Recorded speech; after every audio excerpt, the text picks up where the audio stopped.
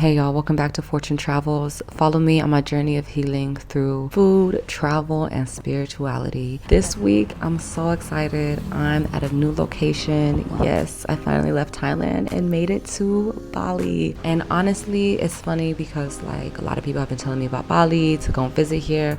And I was a little reluctant because I felt so comfortable in Thailand, but I'm really happy that I made the leap to come here, especially because the street food, although it is not like Thailand, the street food is pretty good here. And is it possible to mix that and then this? Yeah. This dish is a popular dish in Indonesian, and I would say it's a very local dish.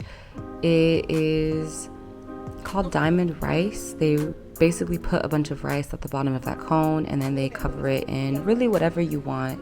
And it is delicious and filling, and it is filled with some of the best food that I have had in Bali. I encourage everybody to try this because, I don't know, it's just a classic in my opinion. So I got my lunch on my first day here in Bali, and I headed straight for the beach because, you know, I missed the beach so much.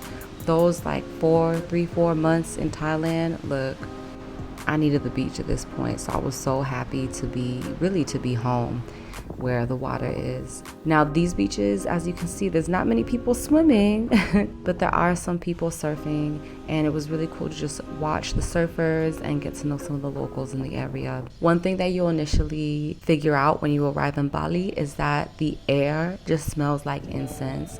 They burn incense every morning in every building, and it just fills the air with this sweet scent, and I love it so much. And I love the spirituality here that's present, not just in the houses or in the temples, but literally everywhere you go, you will experience and really feel the spirituality that's so active in the communities here.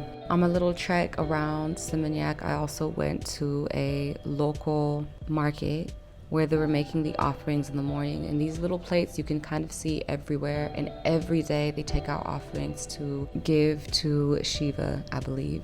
Don't quote me on that, but I'm pretty sure it's Shiva that they worship. And it's just amazing how much work goes into these and how devoted they are. I mean, it's kind of extreme, but there's times where they will even spend more money on the offering to the god than they do on their own food. So it's very extreme, but I feel like it's really something to be honored and I think respected in some regard, because they really give a lot of themselves to worshiping their God and to their spirituality here on Bali. This was another one of my top restaurants in Seminyak. So it's across the street from this bougie pink cafe. I don't even know what the name is. Don't go there. Go to this place. This is the best place to go to. It has local Balinese food. It's delicious.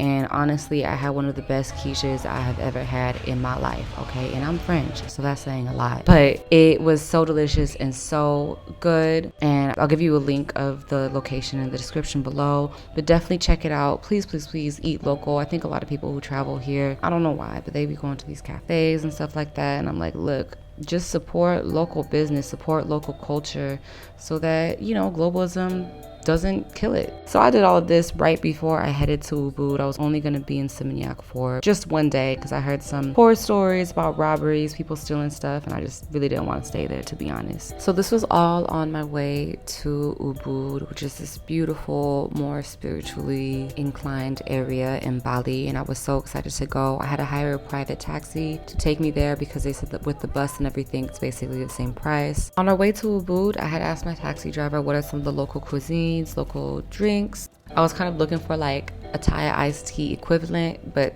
they don't really have that here in Bali. Instead, they have some basic sweet tea, but it was still really good, and I was really happy to, again, support like a local business. And on top of that, there's all of these carts that have these pastries filled with meat or sweets or banana, and I had to try a little bit, of course, because you know I love trying new foods. So with our snacks and everything, we headed on our way to Ubud, and the views were spectacular.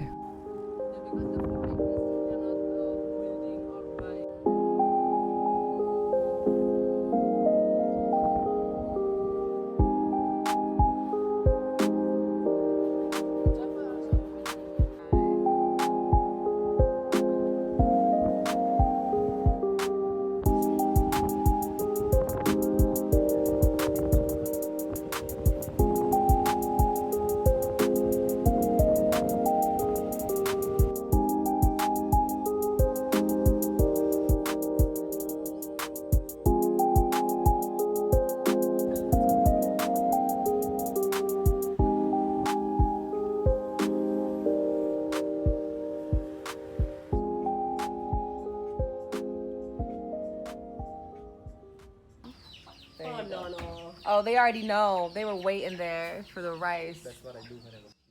After about a 1-hour journey, we finally arrived at my friend Ryan's guest house and meditation center. I'm gonna have to end the video here. Somehow I lost the footage, to be honest, but stay tuned next week where I go to the Gili Islands, and I'm so excited to share that experience with you guys because I'm gonna tell you right now, it's a very special one.